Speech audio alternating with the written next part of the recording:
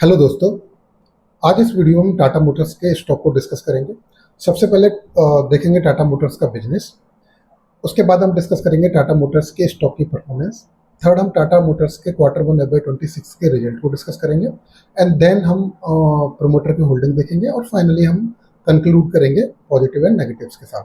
तो स्टार्ट करते हैं इस वीडियो को। जो टाटा मोटर्स है वो, जैसा कि आपको पता है, कि व्हीकल सेगमेंट में वर्क करती है, व्हीकल मैन्युफैक्चर करती है। ठीक है, इनका जो बिजनेस है वो ग्लोबल बिजनेस है, इंडिया में भी है, आउटसाइड इंडिया में भी है। अगर इनके बिजनेस को कंट्री वाइज देखा जाए तो इंडिया में इनका जो बिजनेस है वो 27% है, यूएस में 22% है, चाइना में 30% है, यूके में भी 13% है और यूरोप में भी अराउंड 13% है।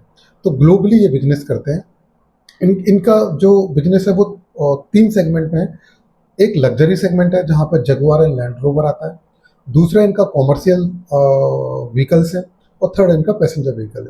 अगर लग्जरी व्हीकल्स की बात करें, जगुआर लैंड रोवर, तो वहाँ से इनका बिजनेस 72% आता है। ठीक है, दूसरा जो इनका सेगमेंट है वो है कॉमर्शियल व्हीकल का, जहाँ से 18% आता है, और जो पैसेंजर व्हीकल है उसका कंट्रीब्यूशन काफ़ी कम है, 10% है। तो ये तीन सेगमेंट से मोटा मोटा इनका बिजनेस आता है। ठीक है, अगर इसके स्टॉक की बात करें, स्टॉक के परफॉर्मेंस की बात करें, तो लास्ट 1 ईयर में इनका स्टॉक है वो 39% गिर गया है।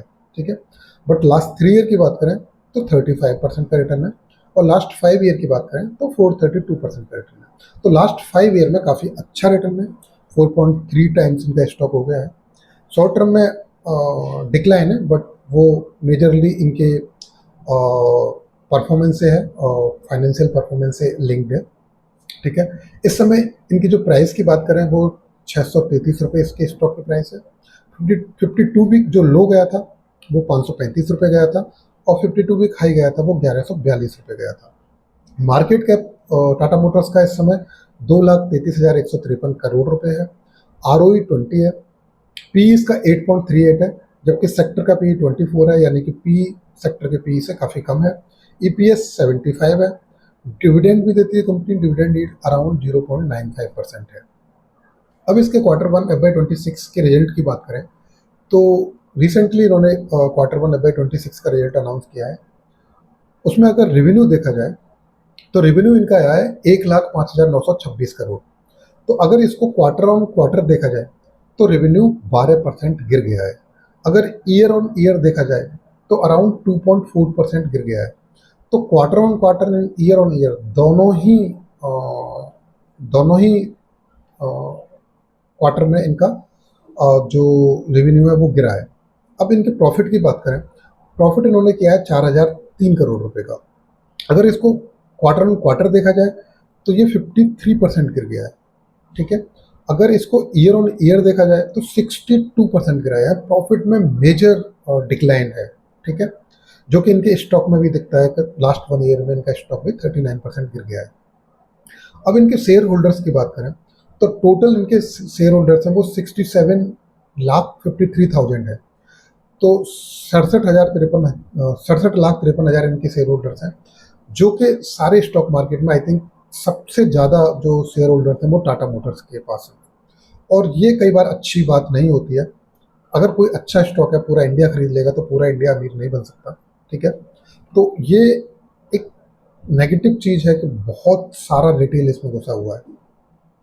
अगर market cap divided by number of share holder करते हैं तो 3,45,273 आता है, यानी कि एवरेज एक जो इन्वेस्टर है उसके पास टाटा मोटर्स का जो होल्डिंग है वो 3,45,273 की। तो इससे ही पता लगता है कि कितना बड़ा इसमें शेयर होल्डर्स का नंबर है। ठीक है, अगर ओवरऑल इसके शेयर होल्डिंग पैटर्न की बात करें तो प्रमोटर की जो हिस्सेदारी है वो 42.57 है, 0.01% इन्होंने बेचा है, यानी कि इनकी होल्डिंग कम हुई है।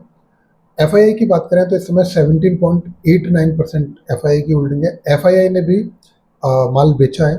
ठीक है, उन्होंने भी अपनी होल्डिंग टाटा मोटर्स में कम करी है। अगर DII की बात करें तो इस समय 16.93 है। DII ने थोड़ा सा माल खरीदा है, इसमें टाटा मोटर्स इस क्वार्टर में इंक्रीज किया है, और बाकी रिमेनिंग जो है वो सारा रिटेल है, अराउंड 23% रिटेल एंड अदर्स है। ठीक है, तो अगर फाइनल कंक्लूजन देखा जाए तो अगर पॉजिटिव्स की बात करें तो इसका शेयर होल्डिंग पैटर्न बहुत अच्छा है कि प्रोमोटर्स भी है, डीआईआई का भी अच्छा पोर्शन है, एफआईआई का भी अच्छा पोर्शन है। तो एक अच्छा हेल्दी इसका शेयर होल्डिंग पैटर्न है। और दूसरी पॉजिटिव बात करें तो स्टॉक की जो परफॉर्मेंस है वो लॉन्ग टर्म में बहुत अच्छी है। हिस्टोरिकली इसकी स्टॉक की परफॉर्मेंस काफ़ी अच्छी है। और तीसरी बात है कि जो कंपनी है वो ईवी व्हीकल्स में टॉप पे है, लीडरशिप में है।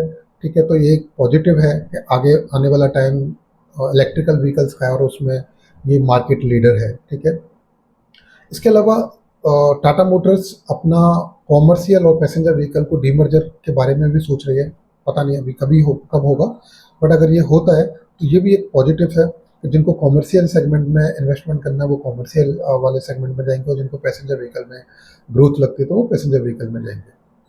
अब इसके टाटा मोटर्स की कुछ नेगेटिव्स की बात करें तो Q1 FY26 का जो रिजल्ट है वो बिल्कुल भी अच्छा नहीं है। फाइनेंशियल परफॉर्मेंस बिल्कुल भी खराब है।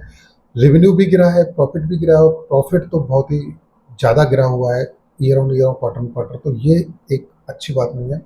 दूसरा, इंडस्ट्री हेडविंड है वो भी नहीं है। मतलब ओवरऑल अगर व्हीकल इंडस्ट्री को देखा जाए तो उसमें ही थोड़ा सा प्रॉब्लम है।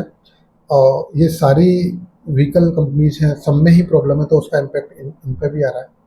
और जो तीसरी बात है कि इनका यूएस में भी अच्छा खासा बिजनेस है, और जो टैरिफ लगे हैं अभी यूएस में उससे भी इनका बिजनेस इम्पैक्ट हो रहा है, और आगे भी अगर ये टैरिफ नहीं हटते हैं तो इनका बिजनेस इम्पैक्ट होगा।